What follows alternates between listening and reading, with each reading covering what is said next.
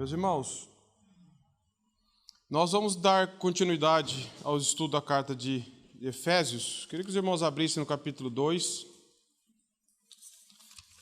Efésios capítulo 2. Hoje nós vamos, a partir do verso 14. Nós já falamos na última oportunidade no verso 13.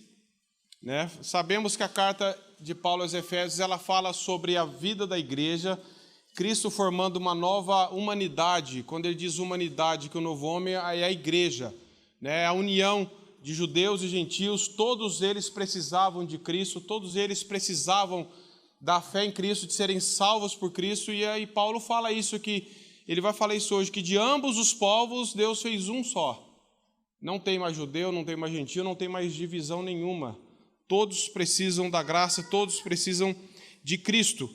Nós vimos na última oportunidade, no verso 13, nós tínhamos falado que, nos versos 11 e 12, que Paulo está lembrando os efésios ali de quem eles eram, sem esperança no mundo, sem Deus, e Deus os alcançou, Deus os fez pertencer à comunidade dele, à família dele. No verso 13 diz o contraste: mas agora em Cristo, vós que estáveis longe, os gentios que estavam longe, distante das promessas de Deus, fora do alcance das promessas de Deus, agora eles foram aproximados pelo sangue. E essa é a nossa história. Nós não nos aproximamos de Deus, nós fomos aproximados pelo sangue. Nenhum de nós teria condições de chegar até Cristo, de buscar a Cristo. Nós não tínhamos nem interesse e nem condições de fazer isso, porque nós estávamos mortos. Nós vimos sobre isso.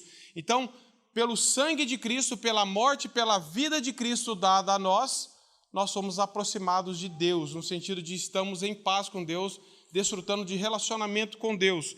E Paulo agora vai descrever, a partir do verso 14, alguns benefícios que Cristo conquistou para nós na cruz. Nós que fomos aproximados pelo sangue, o que isso implica na vida daqueles que foram aproximados pelo sangue de Cristo, como nós vimos no verso 13. Agora, a partir do verso 14, os irmãos acompanham a leitura da palavra de Deus. Porque ele é a nossa paz, o qual de ambos fez um, e tendo derribado a parede de separação que estava no meio, a inimizade, aboliu na sua carne a lei dos mandamentos na forma de ordenanças, para que dos dois criasse em si mesmo um novo homem, fazendo a paz, e reconciliasse ambos em um só corpo com Deus, por intermédio da cruz, destruindo por ela a inimizade. E vindo, evangelizou paz a vós outros que estáveis longe, e paz também aos que estavam perto. Porque por ele ambos temos acesso ao Pai em um Espírito. Assim já não sois estrangeiros e peregrinos, mas concidadãos dos santos, e sois da família de Deus, edificados sobre o fundamento dos apóstolos e profetas, sendo ele mesmo Cristo Jesus a pedra angular, no qual todo o edifício bem ajustado cresce para santuário dedicado ao Senhor, no qual também vós juntamente estáis sendo edificados para a habitação de Deus no Espírito. Senhor, nós lemos a Tua palavra, que ela é viva, ela é eficaz, ela é viva, Senhor. Esse texto é vivo, ele fala conosco porque o Senhor é vivo. E ela é a Sua palavra inspirada, que serviu para aqueles irmãos e servem para todas as épocas, Senhor.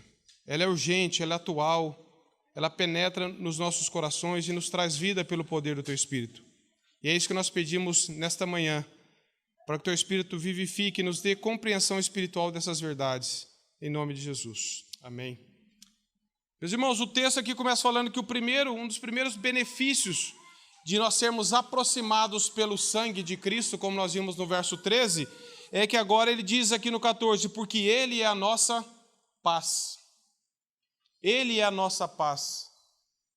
Cristo não tem um pouco de paz para nos dar. Como se você fosse a algum lugar, me dá um pouco de paz fora de Cristo. Eu só quero um meio quilo de paz. Só para uma linguagem de peso para nós entendermos. Ele é a nossa paz. Não tem nada fora dele para nós. Se você quer desfrutar de verdadeira paz, só aqueles que estão em Cristo, só aqueles que foram aproximados pelo sangue de Cristo desfrutam de paz. Existe uma paz falsa que o mundo prega, e nós vamos tentar falar um pouco sobre isso. Mas nós não encontraremos e não encontramos em nenhum outro lugar, em nenhuma outra pessoa, paz. As pessoas estão em busca de paz. Quando as pessoas viajam para algum lugar bonito, elas querem, eu quero ir num lugar de paz, que me transmite paz. Os países tentam fazer conferências internacionais de paz, achando que num aperto de mão está feito paz. Pessoas soltam pombas brancas, se vestem todos de branco na virada do ano, querendo alcançar uma paz. É ou não é assim que as pessoas fazem? O ser humano vive perturbado internamente e acha que com uma conduta externa vai obter paz. Se o nosso problema fosse uma cor de roupa, meus irmãos, era tão fácil resolver. Se o nosso problema fosse mudar de lugar, eu quero ir para um lugar mais calmo para eu ter paz, seria fácil de resolver e Jesus não precisava ter vindo. Bastasse nós mesmos escolhermos um novo lugar para morar, uma nova forma de viver. Mas o problema do ser humano é interno. E nada externamente resolve isso. Nada do que eu e você fizermos resolve o nosso problema de inquietação, de falta de paz, de perturbação, de inimizade com Deus. Porque nós pensamos que paz é apenas ausência de guerra. Mas nós podemos viver em dias bons e ainda em inimizade com Deus. Perturbados, indiferentes para com Deus. E essa é a pior guerra. Essa é a pior situação. Só desfruta da paz de Deus quem está em paz com Deus. A Bíblia diz isso. Justificados, pois, Romanos 5:1 fala, temos paz. O ato de Deus produz paz. Nós somos justificados por Deus e isso produz paz. A paz não é uma coisa que eu consigo, que você consegue ou que nós vamos nos esforçar para buscar a paz. A paz está numa pessoa, ela é uma pessoa.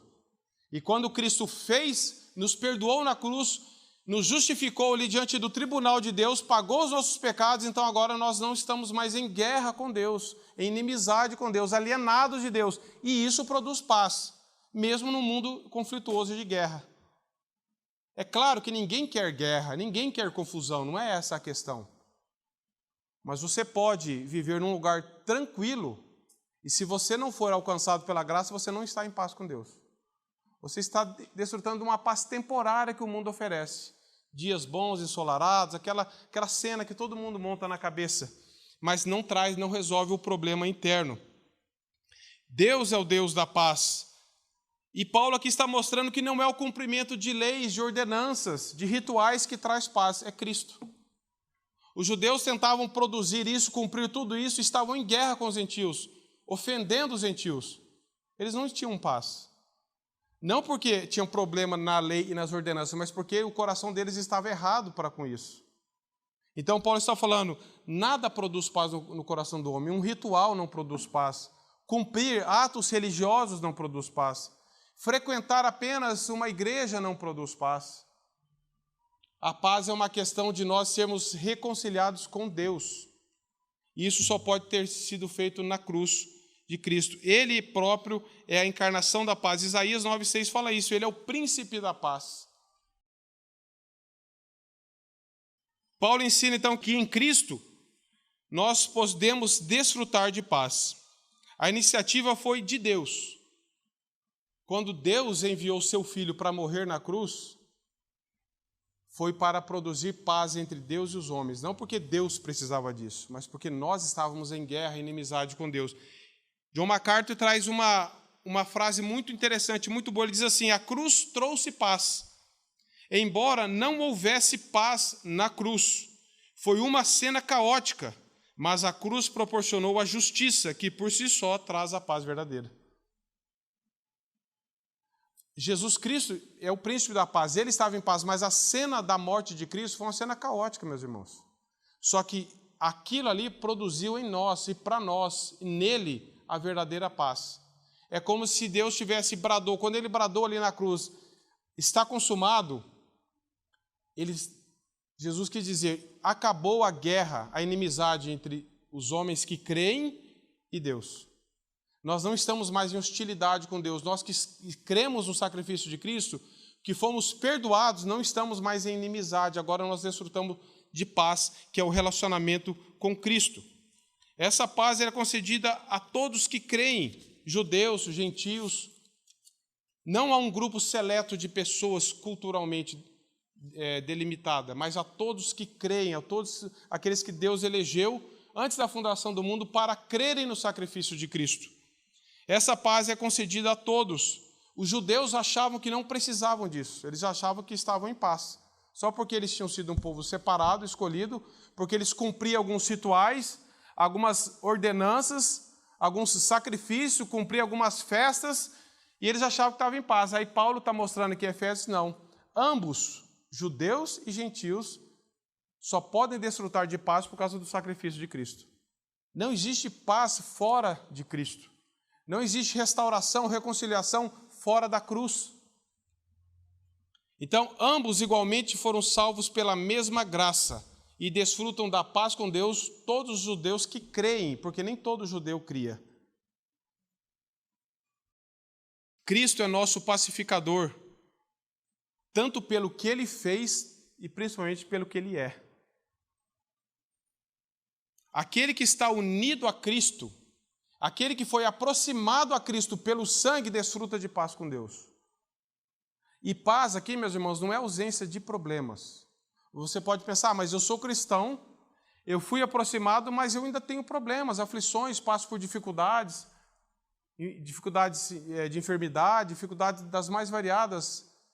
Mas essa paz não é ausência, porque Jesus disse lá em João 16:33, no mundo vocês vão ter aflições, mas tem de bom ânimo, eu venci o mundo. Então a promessa é de paz, no sentido de nós não estamos mais em dívida para com Deus.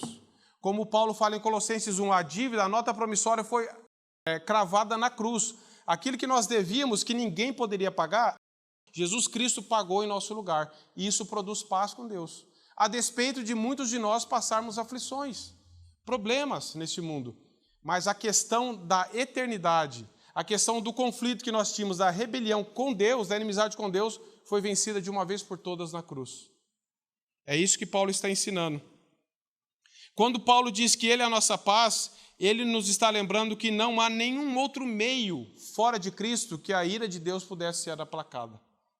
Nada do que você e eu fizéssemos, nem que nós tivéssemos 1000 vidas, 1000 tentativas, nós não conseguiríamos produzir paz. Porque só uma vida perfeita, só o sangue de Cristo, que era 100% Deus e homem, uma vida inocente, podia pagar pelos nossos pecados, como todo o Velho Testamento apontava para o sacrifício dos animais sem defeito, e quando Jesus veio, João Batista disse lá em João 1:29, eis o Cordeiro de Deus. Lembra dos cordeiros? Esse é o Cordeiro de Deus que tira o pecado do mundo, ou seja, que nos reconcilia com Deus, e todos os que creem nele desfrutam disso. Nós sabemos que as guerras e as inimizades que há no mundo é porque o homem está em inimizade com Deus. O homem está disputando poder, está querendo prevalecer sobre o outro, e enquanto as pessoas não forem reconciliadas com Deus, não haverá paz. Não há paz para quem está em rebelião contra Deus. Você pode promover alguma coisa temporária, mas essa questão do relacionamento pessoal com Deus, da inimizade com Deus, ninguém, conferência mundial nenhuma pode fazer, ninguém pode resolver esse problema, é só a cruz de Cristo. E o pecado é a causa, o nosso pecado é a causa da nossa hostilidade para com Deus. E o pecado do ser humano não confessado, não regenerado, é a causa da hostilidade dele para com Deus. Então, meus irmãos, a solução não é uma conferência de paz. Não é todo mundo dar as mãos. A questão para nós e para todos é olhar para a cruz de Cristo e falar assim, Ele morreu em meu lugar. Ele é a minha paz. Nele eu tenho verdadeira paz, porque o que me separava de Deus, que eram os meus pecados, Jesus pagou na cruz por mim, a coisa que eu não poderia fazer. Não tinha interesse, porque eu estava morto, e nem se tivesse interesse conseguiria fazer. E Jesus fez por nós. Então, paz aqui, para nós guardarmos, é o fim da hostilidade entre nós e Deus, e entre Deus e nós, porque nós estávamos rebeldes para com Deus. Sproul conta um caso muito interessante no livro dele, sobre Romanos. Ele conta que quando ele tinha 6 anos de idade, ele estava jogando bola em frente aonde ele morava. De repente, começou uma correria das pessoas todas gritando. Ele tinha apenas 6 anos de idade. E ele diz que ficou muito assustado, ele tem isso vívido na memória dele, tinha, porque ele já faleceu. As mulheres de avental batendo colheres de madeira no fundo das panelas, gritando de felicidade pelas suas. E ele diz que olhava aquilo e ficava perplexo, não sabia o que estava acontecendo. E aí a mãe dele saiu correndo do prédio e em lágrimas nos olhos gritava: acabou, acabou. E ele não entendia o que ela estava falando. E ela me abraçava e me agarrava, e esse foi a alegria do dia da vitória, com V maiúsculo, o fim da Segunda Guerra Mundial. Isso significava que meu pai, ele falando, havia terminado o seu tempo de exército e poderia voltar para casa com a família. Ou seja, agora desfrutaremos um pouco de paz, porque a Segunda Guerra acabou. Aí ele conta, porém, anos mais tarde, eu estava com alguns amigos acampando e assando uns marshmallows, ele conta, quando um deles começou a falar sobre bomba atômica, sobre coisas que estavam acontecendo em Berlim. Quando os meninos começaram a descrever o que aconteceria se uma bomba caísse em nossa comunidade, ele diz, eu fiquei tão apavorado que eu senti enjoo de estômago e fugi do acampamento e fui embora. Aí ele diz, a Segunda Guerra Mundial foi seguida por muitos anos de Guerra Fria, pelo conflito na Coreia e pela terrível guerra que explodiu no Vietnã.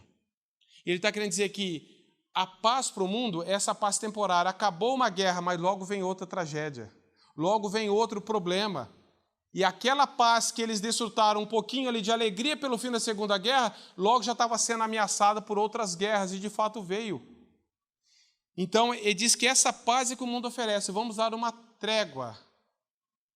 Mas logo vem outras tragédias. E o problema do homem com Deus não é resolvido com isso. Então, Paulo está falando aqui que é o fim da pior guerra. Não é a Segunda Guerra, não seria uma terceira guerra. É a guerra que nós estávamos com Deus, que nós nascemos em rebelião com Deus. Essa foi vencida de uma vez por todas na cruz. E isso nos traz paz. Nós podemos gritar como Jesus bradou, tetelestai, está consumado. Nós podemos celebrar isso. Ainda que venham tragédias, ainda que venham adversidades, o problema do nosso relacionamento com Deus foi de uma vez suprido. Nada pode nos separar do amor de Deus. É isso que nos traz paz. Ainda que venham tribulações, Paulo diz, nem tribulações, nem morte, nem angústia, nem medo, nada, ele diz isso em Romanos, pode nos separar do amor de Deus, ou seja, pode roubar-nos essa paz em Deus, porque o que Deus fez ninguém desfaz.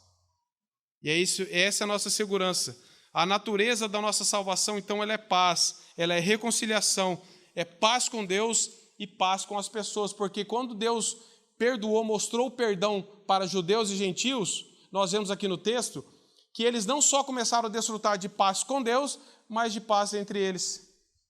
Já não havia um judeu que realmente foi convertido, ele não olhava mais para as leis cerimoniais, para todos aqueles ritos e apontava o dedo para os gentios, porque agora ele tinha entendido que aquilo lá não só servia de barreira, que agora em Cristo ele e os gentios estavam unidos no mesmo corpo, na mesma família.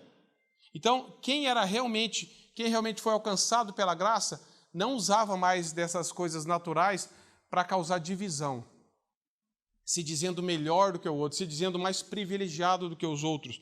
Então, eles começaram a desfrutar também de paz uns com os outros. Meus irmãos, nós só desfrutamos de paz uns com os outros quando nós desfrutamos da paz com Deus. Não adianta nós tentarmos produzir em nós alguma coisa mecânica. A paz não é produzida, ela foi feita na cruz. Nós só desfrutamos do que Deus fez. Então, se você hoje está em guerra ainda com Deus, se você ainda está em conflito com Deus, se você ainda não creu em Jesus Cristo, você não está em paz com Deus e você não pode desfrutar de verdadeira paz com as pessoas. A despeito de você tentar fazer coisas boas, agradáveis, o problema nosso é primeiro com Deus. E depois Paulo diz, porque ele é a nossa paz, do qual ambos os povos fez um, e tendo derrubado a parede de separação que estava no meio, a inimizade, aboliu na sua carne a lei dos mandamentos, verso 15, na forma de ordenança, para que dos dois criassem em si mesmo um novo homem, fazendo a paz. Então, nós já falamos um pouco disso nas pregações passadas, que Deus agora fez de judeus e gentios um só povo. Deus tem um só povo, que é a igreja. Essa é a mensagem de Efésios. Deus só tem um povo, que são todos aqueles que creem em Jesus Cristo, todos aqueles que foram alcançados pela graça e pertencem à família de Deus. Deus não faz distinção, esse é judeu, esse não é, esse tem mais privilégio, esse não tem. Todos, Deus fez de ambos os povos, aqui judeus e gentios, um só povo, e ele derrubou o que dividia eles.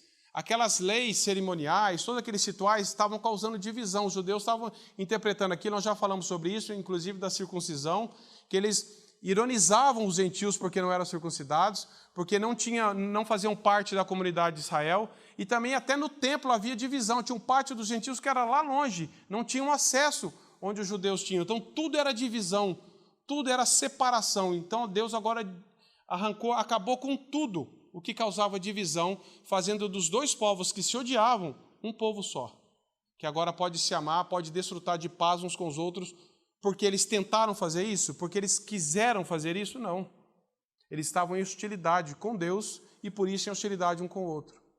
E agora, por causa do sacrifício de Cristo, eles começaram também a se amar e não usavam mais aquilo para promover guerra. Então Deus derrubou em Cristo, tudo foi excluído que causava divisão. E nós não temos mais motivos algum para termos divisão no corpo. Ninguém pode mais chamar a atenção para si, dizendo que tem algum privilégio, porque todos nós que cremos em Cristo fomos feitos um só povo. Não pode haver mais divisão, nem cultural, nem racial, nem nada. Todos os que creem em Cristo, todos aqueles que foram alcançados pela graça, pertencem ao povo de Deus. E talvez você pertença a uma igreja local, mas ainda não pertença ao corpo de Cristo. Essa aqui é a questão. Talvez você esteja participando, mas tudo isso aqui ainda para você é estranho. Você gosta de vir, você se adaptou a vir, mas a linguagem da palavra ainda é estranha, você não tem um relacionamento pessoal com Deus, você sente que ainda você está em divisão com Deus, em rebelião, você está afastado de Deus, você não foi aproximado pelo sangue. Se esse é o seu caso, clame ao Senhor para que ganhe a sua vida e o seu coração, e Ele se revele a você para que você veja que o que Cristo fez na cruz é totalmente suficiente para que você seja restaurado com Deus. Cristo é a nossa paz, e todos os que estão fora de Cristo não desfrutam de paz, ainda estão em guerra com Deus. Meus irmãos, todos aqueles que não creem em Cristo estão em guerra com Deus. Mesmo que tentam fazer boas obras, mesmo que tentam fazer da religião algo que possa os aproximar de Deus, nós só podemos ser aproximados pelo sangue, por nada que nós fizermos. Você pode ter 30 anos de igreja, pode ter 40 anos de ministério. Se você não creu no sacrifício de Cristo, não for alcançado pela graça, você ainda está em guerra com Deus. Você ainda está afastado, alienado de Deus, sem Deus no mundo, sem esperança. Somente quando nós cremos no sacrifício de Cristo é que nós podemos gozar disso daí, dessa paz verdadeira, saber que não há mais divisão entre nós e Deus e entre nós e o nosso próximo que cremos em Cristo. E Paulo diz no verso 15 e 16, como que Deus fez isso? Verso 15 e 16, Paulo diz, aboliu na sua carne a lei dos mandamentos, ou seja, tudo aquilo que apontava para uma realidade, Deus cumpriu em Cristo. Jesus satisfez toda a lei de Deus, de exigência e de satisfação em Deus. Agora não há mais necessidade de ritual, não há mais necessidade de um mediador humano, de um sumo sacerdote. Todos nós, o que nos separava, Jesus Cristo cumpriu. Ele aboliu na sua carne, na carne de Cristo, na vida dele, na morte dele, a lei dos mandamentos na forma de ordenanças, para que dos dois criassem em si mesmo um novo homem. Esse novo homem é a igreja. Significa a igreja. A humanidade caída é todas as pessoas que ainda estão em pecado. E esse novo homem que Paulo usa em Efésios significa a igreja, todos aqueles que pertencem a Cristo. Criassem em novo homem, fazendo a paz, e reconciliasse ambos, judeus e gentios, em um só corpo com Deus. Como que Deus fez isso? Por intermédio da cruz. Não foi o homem que fez. Não foi o judeu que deu um passo para cá, o gentio deu um passo para lá, e os dois colaboraram e apertaram as mãos e fizeram um acordo de paz. Não foi isso. Isso foi feito na cruz. Se não houvesse a cruz, jamais haveria reconciliação entre o ser humano e Deus e o ser humano um com o outro. por intermédio da cruz, e destruiu por ela a inimizade. Não há mais razão para inimizade. Quem creu em Cristo, quem professa a morte e a ressurreição de Cristo, quem diz que foi alcançado pela graça, que está em paz com Deus, não pode ter inimizade com ninguém a respeito por causa do corpo de Cristo. Nós devemos estar em guerra com o pecado, sempre.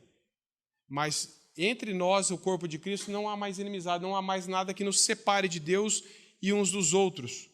Ele destruiu por isso a inimizade. E o verso 17 diz que, vindo, evangelizou paz a vós outros que estavam longe, e paz também aos que estavam perto. Esse estáveis longe e perto não é situação geográfica. É que os judeus achavam que estavam perto de Deus por causa das ordenanças. E os gentios sabiam que estavam longe, porque eles não participavam de nada disso.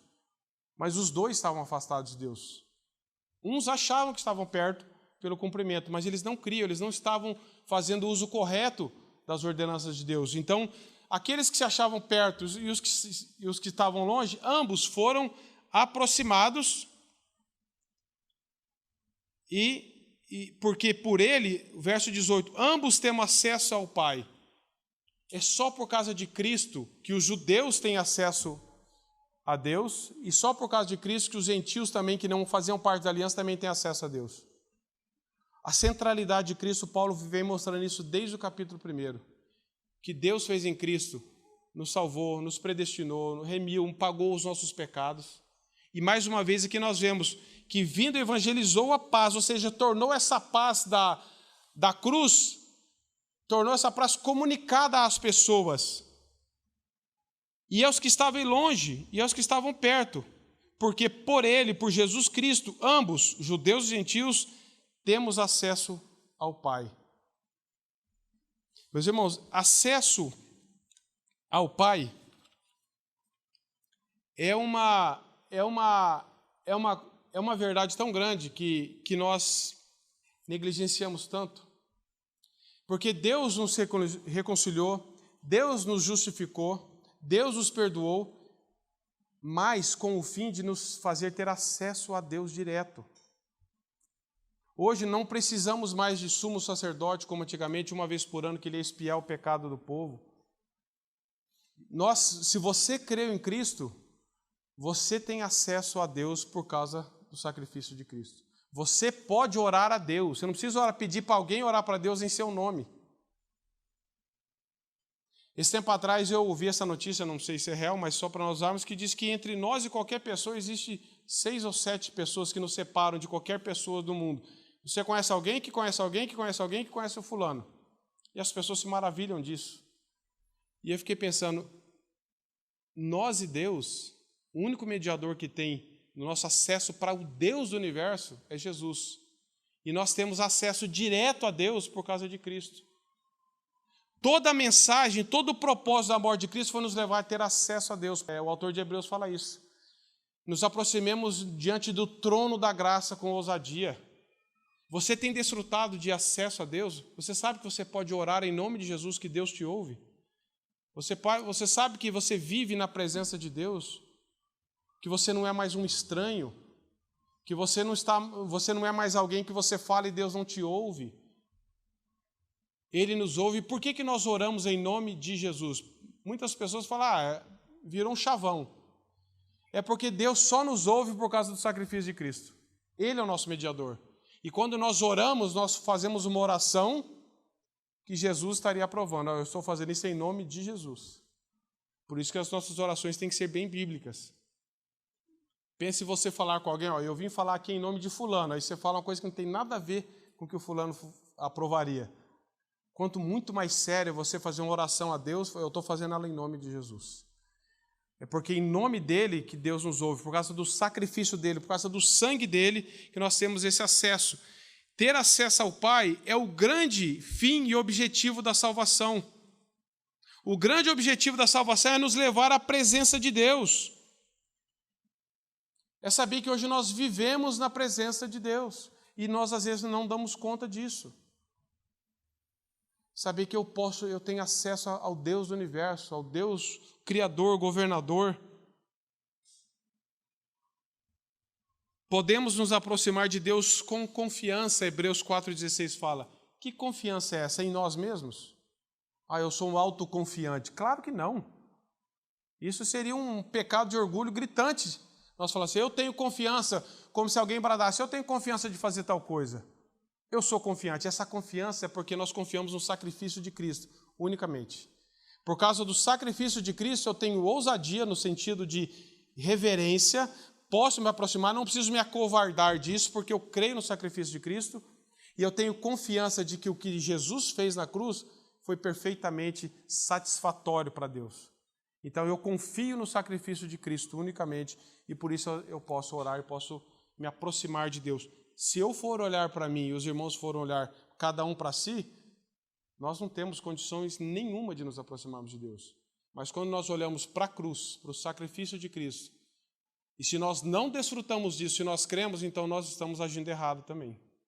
Tanto aquele que confia em si mesmo, quanto aquele que diz que crê, mas não exerce a confiança no sacrifício para se aproximar de Cristo, ambos estão errados. Porque se eu ainda creio em Cristo, no sacrifício de Cristo, e não me aproximo de Deus, e eu ainda estou falando assim, Deus ainda não vai me aceitar porque eu não estou tão bom, espero melhorar um pouco. Eu confio em Cristo ou não? Eu me aproximo por causa de Jesus ou porque esse dia eu estou um pouco melhor, então hoje eu tenho mais confiança? Mas amanhã se eu falhar eu não tenho tanta confiança. Eu estou colocando mérito em mim. Então nós que proclamamos a Cristo, nós temos que falar assim, eu tenho confiança de chegar a Deus por causa do sacrifício de Cristo, unicamente.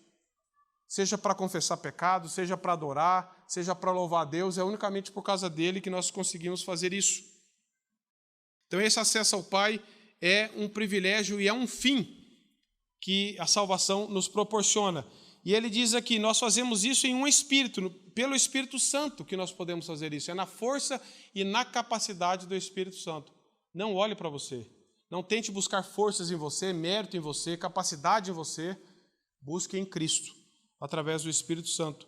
E assim, o verso 19, ele diz, assim já não sois estrangeiros e peregrinos, mas, olha a conjunção de novo, mas concidadãos dos santos e sois da família de Deus.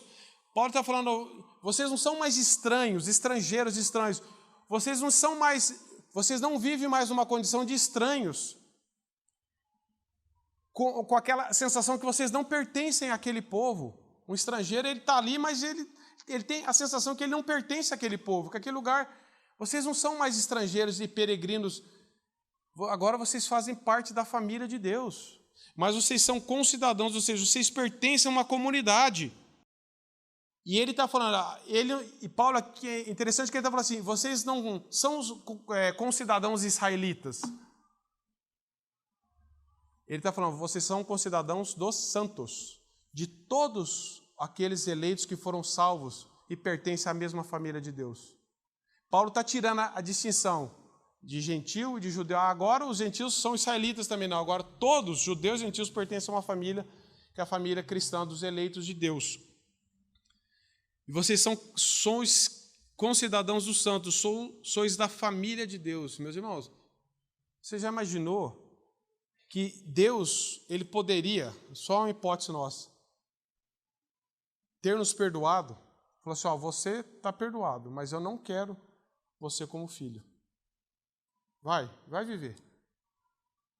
Como as absolvições fazem. Se você for num tribunal humano e alguém for absolvido ali de um crime, o juiz, se ele entender que você é inocente, ele vai falar assim, você é inocente, você está livre. Mas ele não vai falar, escuta, faz parte aqui da minha família. Ele vai falar assim, vai embora. Você está livre, mas vai viver a sua vida. Agora, o que Deus fez em Cristo não foi isso. Ele nos perdoou do pecado, ele nos tirou da condenação eterna e ele ainda nos adotou para a família dele como seus filhos. Isso é muito mais do que apenas perdoar. É adotar o criminoso, o condenado à família. Falar, agora eu quero ter comunhão com você. Mas por quê? Porque agora eu virei boa pessoa? Não, porque agora você foi salvo e regenerado pelo sangue do meu filho. Então pense o privilégio que nós temos da família de Deus. As pessoas hoje estão todas querendo pertencer à família. Você vê vários grupos essa é a minha família, porque eles pegam coisas incomuns que fazem e falam, agora achei minha família, é um hobby que todo mundo curte. Aí Deus está falando, nós somos da família de Deus. Mas parece que isso aí não faz importância. Nós precisamos olhar uns para os outros e falar assim, todos nós estávamos condenados. E todos nós que cremos, fomos perdoados pelo mesmo Pai e adotados na família dele. Agora nós somos irmãos. Isso é mais forte do que os laços de sangue. Nós somos da família de Deus. E ele diz, verso 20, edificados sobre o fundamento dos apóstolos e profetas, sendo ele mesmo, Cristo Jesus, a pedra angular. Nós somos edificados, nós estamos em crescimento. E Paulo fala, edificados como? Jesus escolheu os apóstolos e tinha os profetas do Velho Testamento e do Novo Testamento, que eles formaram a doutrina da igreja, eles formaram a doutrina cristã, inspirados pelo Espírito Santo, e nós somos edificados pela doutrina. Se os irmãos lerem Atos 2,42, fala isso. E tinham em comunhão e se perseveravam na doutrina dos apóstolos.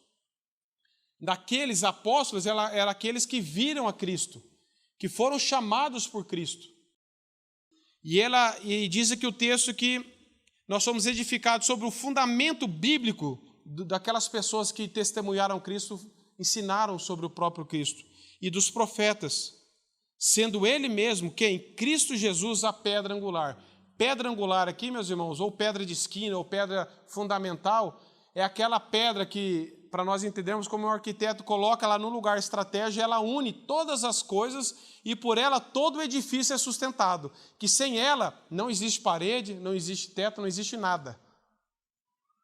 Cristo é a pedra de esquina, a pedra fundamental. É sobre ele, sobre Jesus Cristo, que toda a igreja está firmada.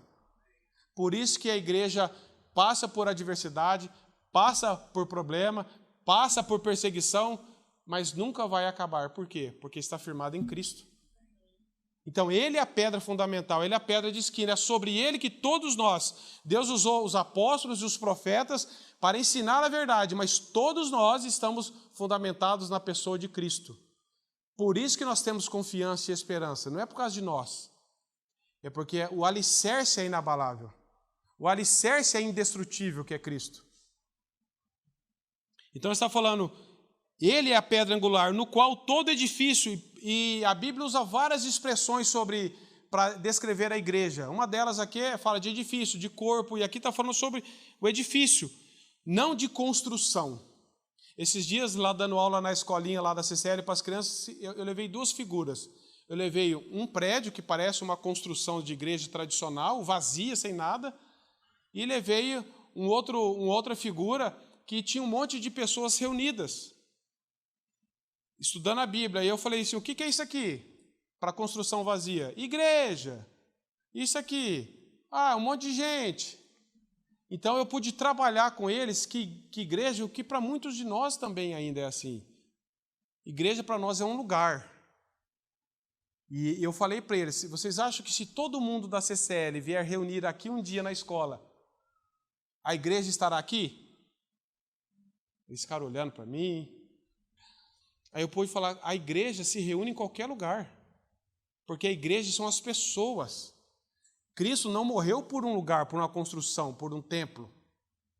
A igreja, no Novo Testamento, antigamente o povo tinha que adorar a Deus num lugar. Quando Jesus veio, eu falei, importa que adoremos em espírito e em verdade. E a igreja é o ajuntamento dos cristãos, de pessoas, eclésia. Então, o que Paulo está falando, ele está comparando a um edifício, que Cristo é a base, não está falando de um prédio, que a igreja é um prédio, está falando que está comparando um edifício onde Cristo é a base, onde os apóstolos e profetas construíram a verdade bíblica e que todos nós somos como pedras vivas que fazemos parte desse edifício que são os cristãos. Então você pertence à igreja de Deus, nós somos a igreja de Deus. Aonde nós estivermos reunidos, nós estamos ali, se estivermos em nome de Jesus, somos a igreja. E somos edificados, ou seja, um edifício vivo, não é algo morto.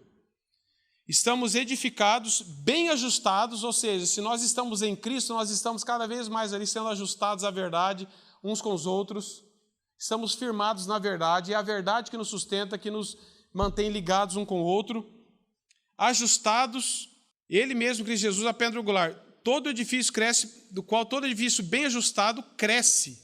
Olha como é um organismo vivo, cresce.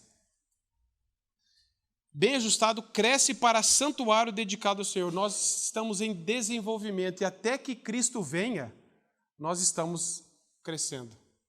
Não apenas em número de pessoas que Deus está chamando os seus eleitos ao longo do tempo, mas como cristãos estamos crescendo também, sendo edificados por Cristo, pela doutrina dos apóstolos, pela verdade que nós aprendemos. Estamos em crescimento, estamos sendo edificados. E ele termina, no qual também vós juntamente estáis sendo edificados para a habitação de Deus no Espírito. Vós, judeus e gentios, estáis sendo edificados cada dia mais para crescermos na habitação, como habitação do Espírito. Então, meus irmãos, a verdade que nós devemos pensar hoje sobre esse texto: você faz parte da comunidade cristã de Londrina? Talvez sim. Só olhar no hall de membros. Mas a questão não é essa. A questão é: você faz parte da igreja de Deus? Você faz parte desse edifício? Você tem a sua vida fundada na obra de Cristo? Você desfruta de paz com Deus? Não por aquilo que você faz, desista de fazer qualquer coisa para atrair a paz de Deus. Fora de Cristo, nós só atraímos a ira de Deus, porque nós estamos tentando fazer alguma coisa e ignorando o sacrifício de Cristo. Mas se você creu em Jesus, se você foi alcançado por essa graça, você sabe do que eu estou falando, porque a Bíblia diz que o Espírito de Deus testifica com o nosso Espírito que nós somos filhos de Deus. Não tem como você apresentar uma carteirinha: eu sou crente aqui, ó. E você imprimir um negócio, não tem jeito. Você pode mostrar sua CNH, seu RG, seu CPF, sua carteira profissional, mas e se alguém falar assim: você é cristão? Eu sou. Mostra. Deixa eu pegar uma carteirinha que o pastor Marco assinou. Você pode até ter, mas não vale. Se você creu em Cristo, o Espírito Santo testifica em você que você é filho de Deus. E você tem a certeza, ainda que todo mundo diga que não, você tem a certeza: eu sou um pecador miserável, mas eu tenho um Salvador que me amou antes da fundação do mundo. E você sabe do que eu estou falando. Se você é um estrangeiro, toda essa linguagem é estranha para você. Você pode até gostar de vir aqui, mas você lê a Bíblia, você não entende, você não vê o porquê da ceia. Agora, se você tem uma experiência com Cristo, se Deus te alcançou, você tem lutas como eu, você tem dificuldades como eu, mas você está firmado na rocha, nessa pedra angular, que toda a igreja está. E eu oro para que Deus faça isso na sua vida, se você ainda não tem. E se você já tem, certifique-se de que você está em crescimento, crescendo nessa graça e no conhecimento de Jesus Cristo.